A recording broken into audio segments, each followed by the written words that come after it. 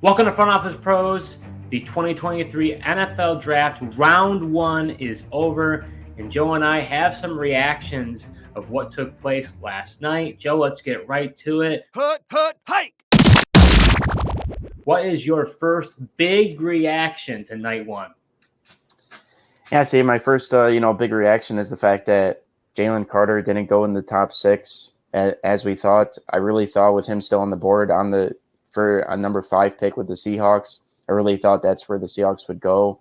And then, if the Seahawks weren't going to take him, I thought for sure, maybe the Lions do, but they went in another direction as well. So and then the other thing with Jalen Carter that I thought was surprising was the fact that we had the rumors that at number 1, the Bears were going to take Jalen Carter. And then with everything that came out, they trade the number 1 pick, go down to 9, and he was there for the taking. And then they ended up trading one spot with the Eagles, and the Eagles are actually able to get Jalen Carter. I thought that was really surprising. The fact that obviously the rumors that we were sold on, the Bears, that just wasn't their guy, or else they don't trade the pick to the Eagles. But I think the Eagles are like the perfect landing spot for Jalen Carter, going in there, being able to play alongside, his defensive mates at Georgia, Nakobe Dean, Jordan Davis, and then, then at the end of the round, they end up going with Nolan Smith as well. So just 4 Georgia defensive guys there. I think it was the perfect landing spot for him. Well, I think also some of the surprise was Jalen Carter was for the taking for the Bears. They swap picks, and then they take Darnell Wright with the 10th pick, who, based on, if you listen to anybody in the media and their draft rankings and stuff, it seemed like Darnell Wright might have been the 4th or 5th best tackle, not the 2nd best tackle, which is what he was off the board. Yeah, that was really surprising. The fact that they did go with Darnell Wright, I just was expecting other guys. Everyone had like Paris Johnson, Scroncy, Broderick Jones as like the top 3 guys, like you said, and then he was kind of like that 4th guy, and for him to be taken, 2nd amongst the tackles, that was really surprising. So my first big reaction, and this actually got a wow out of me when I was watching the draft, but honestly, both of the Lions picks. So, Lions trade back. They're at 12. They go ahead and select Jahmyr Gibbs. Everyone and their brother wants to talk about how no one wants to take a running back in the first round because of the utility, because you could draft an Isaiah Pacheco in the 7th round. But time and time again, we're proved wrong. When there's a certain caliber of running back in the draft, these NFL GMs prioritize them. And you saw the reaction in that Detroit, draft room. I mean, they were going absolutely nuts when they picked Jahmyr Gibbs at 12. Let alone, the first round. I mean, we were thinking, okay, yeah, he may get drafted in the 20s, everything we had heard, maybe 20 to 32 range. For him to get drafted at 12, I think was super shocking. It tells you what they think about DeAndre Swift. And then they go ahead and they take Jack Campbell at 18, another guy, borderline first-round pick, possibly at the late end of the first round. Obviously, he tested really well at the combine, huge frame. Comes from that Iowa Hawkeye system, which I know Dan Campbell is going to like, that tough bruising linebacker from the Big Ten. But both picks, I mean, they went ahead and took their guys. I think from a consensus standpoint, both of them are reaches, but that's who they felt that they wanted to take. To me, I think it might be a mistake, but we're going to find out. Yeah, it's hard, it's hard to fault them because they said those were their guys going into the draft, and they took the guys, and like you said, I mean, their draft room is absolutely pumped with both picks. And I know for sure, especially with the Campbell pick at 18, he, like you said, he fits Dan Campbell. I mean, I know they got the same last name, but he just fits exactly what Dan Campbell wants to do. Like you said, he's got the leadership role, just that toughness from the Big Ten in Iowa. He's gonna really fit perfectly on their defense. And then, yeah, Jahmyr Gibbs, we had heard, Peter Schrager had said he expects both running backs to go in the first round. And like you, I thought that meant, Bijan somewhere early on, like he did go, and then Jahmyr Gibbs maybe the later part in the 20s. But for them to take him at 12, like you said, the writing's on the wall for DeAndre Swift. If you're a DeAndre Swift owner, you got to not be happy with this pick. But yeah, really interesting. But he was our guy, and I think he really brings another added dimension to that offense. Well, and to your point, based on reports that I saw, based on what the Detroit Lions GM said, the value that they had for those two guys, like there wasn't even close compared to other players at the spot where they drafted, which I was quite surprised about. Yeah, I saw that statement as well this morning, and I was really surprised about that comment as well, just because of the consensus and everything that we had been sold on from the experts or analysts. So next big surprise, Steve, was the wide receiver group, and specifically Jackson Smith and Jigba. I was really surprised that he fell all the way to 20 to the Seattle Seahawks. I ended up liking the spot for him. Tyler Lockett. He's getting older, not going to be there forever, and just bringing in a nice, reliable target, that guy that just is, a really good route runner and can really get open and help Geno Smith. But I really expected, Jackson Smith and Jigba to be taken, possibly in the top 15. That's pretty much where everyone had him. But for him to slide to 20, and then, we see the big run on the wide receivers. As we, heard, this wasn't the best wide receiver class, but once Jackson Smith and Jigba goes, we got all four of them, in a run there with the next picks. That was pretty interesting with this draft. Yeah, really surprised. It was back to back to back to back when it came to the wide receivers. And so when it happened, it was just like a domino effect. Boom, boom, boom, boom. So one thing I think was interesting of that wide receiver group that was taken, I was shocked that Jackson Smith and Jigba lasted as long as he did. But I was also surprised the Chargers, of the receivers available, chose Quentin Johnston. Similar frame to Mike Williams. Keenan Allen getting a little older. I would have thought that they would have went a different direction. Maybe they would have drafted a Zay Flowers or a Jordan Addison, just based on the profile of receiver, but decided to go ahead and get another. They got the Twin Towers now with Mike Williams and Quentin Johnston. But he was just a little surprised by their selection there. Yeah, I was as well, because even Palmer is on the taller side as well that they have. So like you, I kind of thought they might go with more of a slot guy, especially. They didn't bring back DeAndre Carter, who played pretty significant time for them last year. Honestly, I thought they might even go tight end with Kincaid and, add that dimension of their offense. But, I think maybe with the aging Keenan Allen, maybe they think just getting that big body Quentin Johnston, put him to the outside, so then Allen can then kind of move to the slot and create mismatches against the slot corner. I think that might be what they're doing.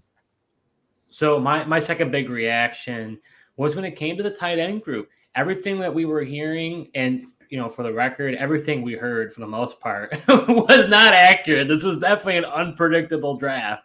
And only one tight end drafted in the first round. We had thought that there was a possibility of 4 being drafted in the first round, which would have been a record. Only getting one, and that one being Dalton Kincaid. Bills trading up to leapfrog the Cowboys. You could tell just how disappointed the Cowboys were when the Bills leapfrogged them and took their guy.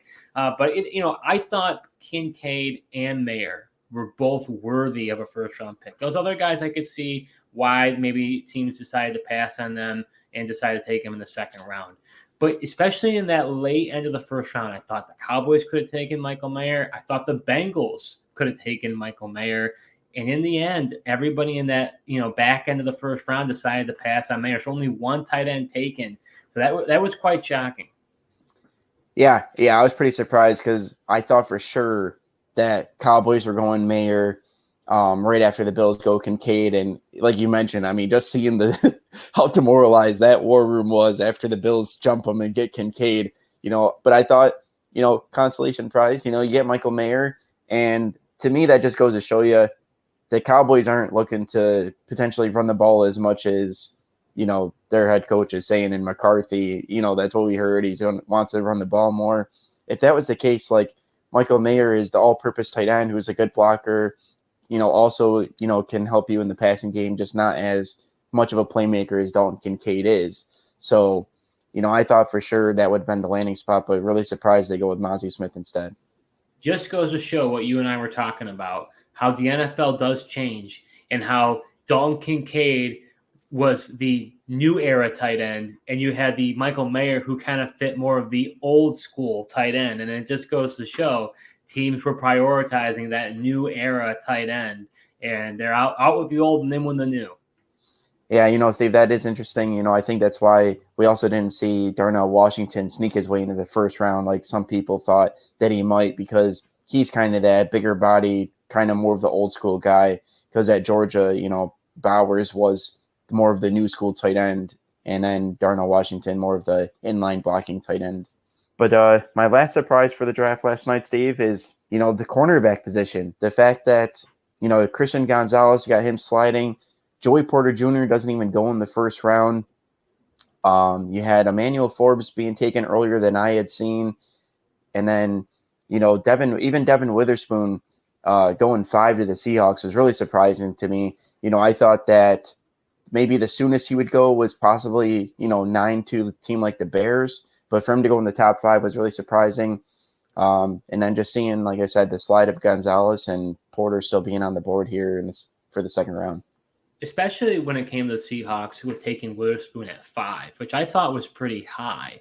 And knowing that Jalen Carter and Tyree Wilson, some of these other defensive players were still on the board, just thought Seattle would go a different direction. So they've been notorious for drafting cornerbacks late in drafts. They succeeded with Browner and Richard Sherman and Tariq Woolen. I mean, they've done a really good job scouting that position. Haven't seen them take a secondary player that high, especially in the corner position. So that was surprising. Yeah, really surprising. I mean, I think most surprising that, they didn't just take Jalen Carter there.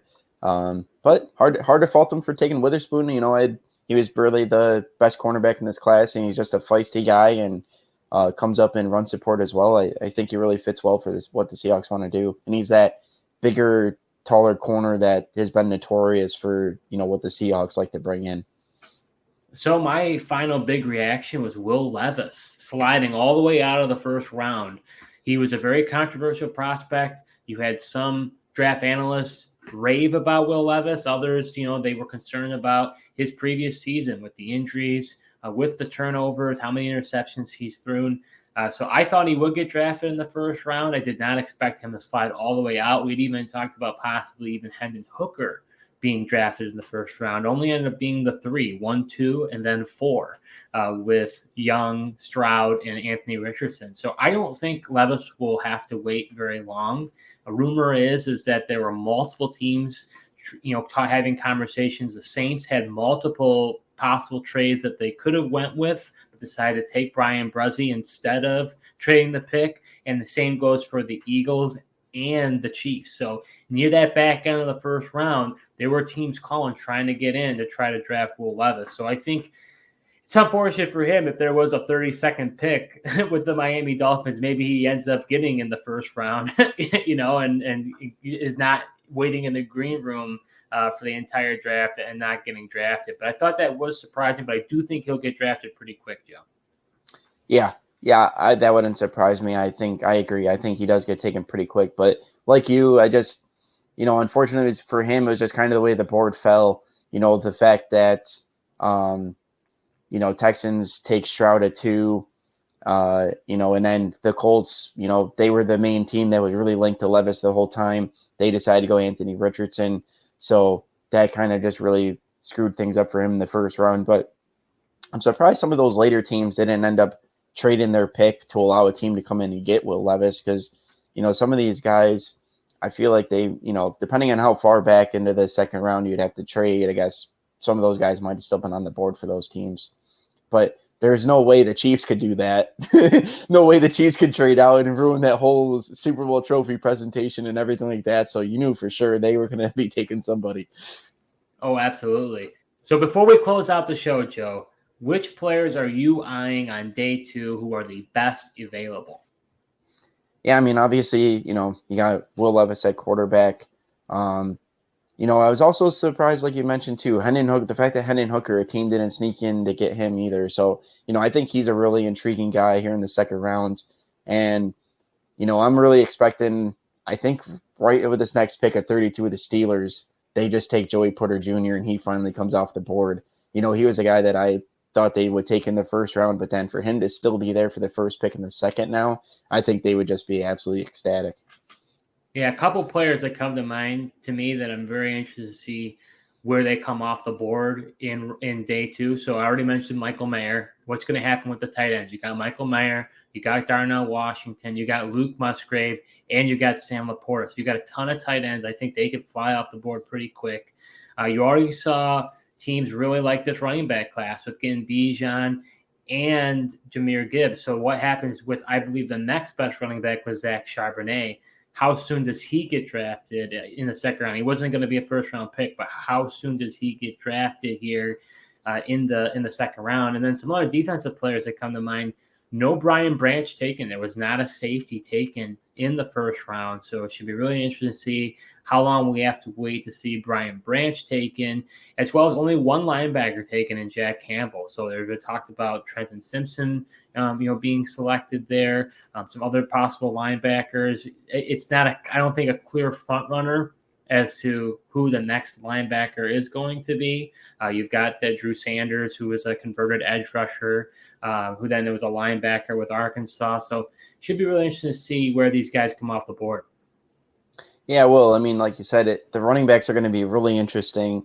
The two guys that everyone was saying potential the first round picks, those guys came off the board. So, how long do these other running backs wait? Do they go in the second round here, or do they even sneak their way into the third round? That'll be really interesting. And then, as far as the linebackers, we'll see. I mean, the Lions really shook things up with taking Campbell in the first round. But I would think that Simpson would be that next guy. I think he's really intriguing there for, an off the ball linebacker in this draft. Really isn't that strong at that position. So I would expect him to be the next guy in line. All right, Joe, yes or no? Does DeAndre Hopkins get traded today? Man, that's an interesting question. I'm not so sure. I think if the Ravens didn't get Flowers and a wide receiver in the first round, I would say yes. But then I saw something this morning where people aren't expecting Hopkins to be traded in the draft anymore. So I'm going to say no for now. How about you? It's so hard to say because Monty Ossenfort already came out and said he's a Cardinal, which I'm like, okay. Like Hopkins is not going to like that at all. Yeah. So we'll have to see how that all develops. And then one other one, will DeAndre Swift get traded today?